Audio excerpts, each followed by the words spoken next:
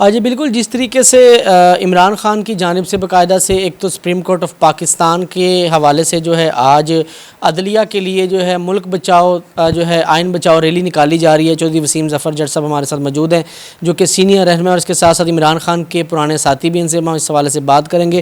چودھری صاحب آپ کے سامنے ہیں، کبھی خان صاحب عدالتوں میں جا رہے ہیں اور آج جو ہے ان کی جانب سے باقاعدہ سے ریلی نکالی جا رہی ہے آئین بچاؤ ملک بچاؤ، کیا کہیں گے آپ؟ بسم اللہ الرحمن الرحیم۔ دیکھیں، یہی تو المیہ اس ملک کا کہ جب بھی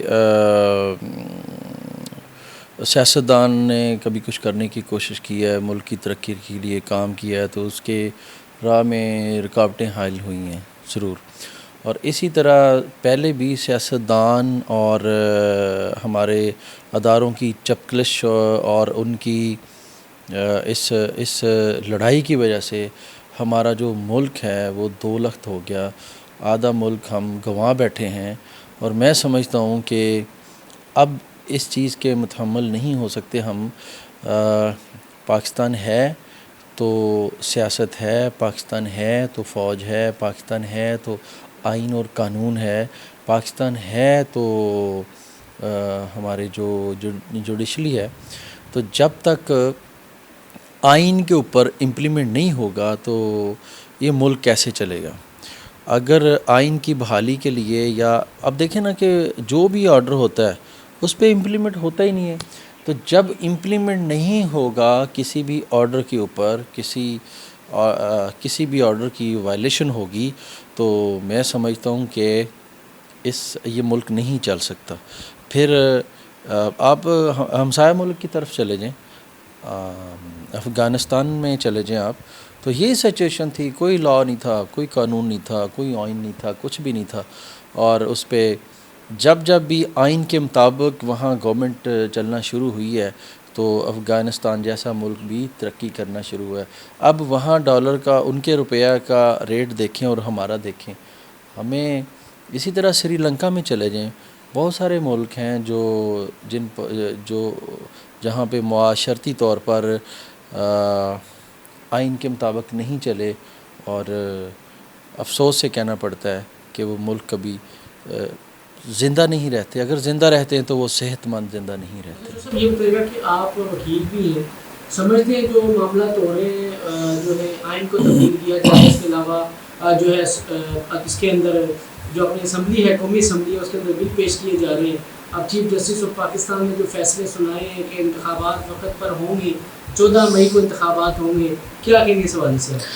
دیکھیں، ہمیشہ آپ پس منظر میں جائیں کہ نظریہ ضرورت کے مطابق ہمیشہ اسمبلی میں بیٹھے جو لوگ ہیں وہ کٹ پتلیوں کی طرح آئین کو تروڑ مروڑ کے اس میں سے راستے نکالنے کی کوشش کرتے رہے ہیں، اور آئین کے ساتھ کھلواڑ کرتے رہے ہیں، اپنی مرضی کے مطابق اپنا دھندا بچانے کے لیے وہ آئین کو بالکل سسپینڈ بھی کراتے رہے ہیں۔ اور بجائے اس کے کہ ایک جرأت مند لیڈر کی طرح سینہ تان کر آئین کے ساتھ کھڑے ہوں، تو ہمیشہ ایسے ہوا ہے۔ یہاں ایک ابھی اپوزیشن لیڈر ہے، میں تو اس کا نام بھی لینا پسند نہیں کرتا۔ اب دیکھیں نا، کم از کم 1 ایکڑ میں اس کا منہ ہے، وہ کوئی خاندانی انسان تو لگتا نہیں ہے۔ عقل سے، شکل سے، شعور سے، سمجھ سے، فکر سے کہیں مجھے بتائیں کہ پاکستان کے لیے وہ موزوں شخص ہے۔ وہ ایک ہی آدمی اپوزیشن ہے، اور ایسی گورنمنٹ دنیا کی تاریخ میں آپ نے نہیں دیکھی ہوگی کہ ایک ہی شخص اپوزیشن میں بیٹھا ہو اور وہ رات کو اکٹھے ہم پہ اللہ ہم نوالا ہوں، اور پھر کس طرح سے آپ آئین کے ساتھ جو کھلواڑ ہو رہا ہے اس کو کیسے روک سکتے ہیں؟ جیسے یہ بتائیے گا کہ بلاول بھٹو زرداری صاحب بھارت میں ابھی، تو ان کی بھارت کی وجہ کیسے دیکھ رہے ہیں؟ دیکھیں، اس وقت بلاول کی تو خیر بات ہی نہیں کی جا سکتی۔ اس کے معاملات ماضی میں ان لوگوں نے کیے ہیں، ان کی جماعت نے کیے ہیں، انہوں نے اب کس منہ سے وہ لوگ کہتے ہیں کہ ہم ملک کی بہتری کے لیے، ماضی میں آپ جائیں تو کشمیر کے لیے ان لوگوں نے کیا کیا ہے، اور اب اگر وہ بھارت میں گئے ہیں تو بھارت میں کوئی خاطر خواہ رزلٹ نہیں آیا اس دورے کا. میں نہیں سمجھتا کہ وہ کامیاب دورہ ہے اس کا. سر کیا سمجھتے ہیں کہ اب انتخابات اپنے وقت پر ہوتے نظر آ رہے ہیں؟ مجھے تو اگلے 2 سال بھی انتخابات جو ہے وہ نظر نہیں آتے. بے ایمان قسم کے لوگ ہیں, سارے چور اکٹھے ہو چکے ہیں ہر جگہ اپنے مفادات کی خاطر, اپنے مفادات کو تحفظ دینے کے لیے اس ملک کے ساتھ جو اس آئین کے ساتھ آنکھ مچولی کھیل رہے ہیں. تو یہ الٹیمیٹلی یہ ان لوگوں کے ہی نقصان میں جائے گی. کیا کہیں گے ہمارے دیکھنے والے ناظرین کو؟ میں افسوس کے ساتھ یہ کہتا ہوں کہ اس ملک کے ساتھ اگر اسی طرح ہوتا رہا اور قانون کو جو ہے ماننے سے انکاری رہے تو پھر بہت بڑی بغاوت جنم لے گی, بہت بڑا انقلاب جنم لے گا, ایک سرخ انقلاب آئے گا اس ملک کے اندر, اور پھر اقتدار کو چھینا جائے گا اگر انتخابات وقت پر نہ ہوئے.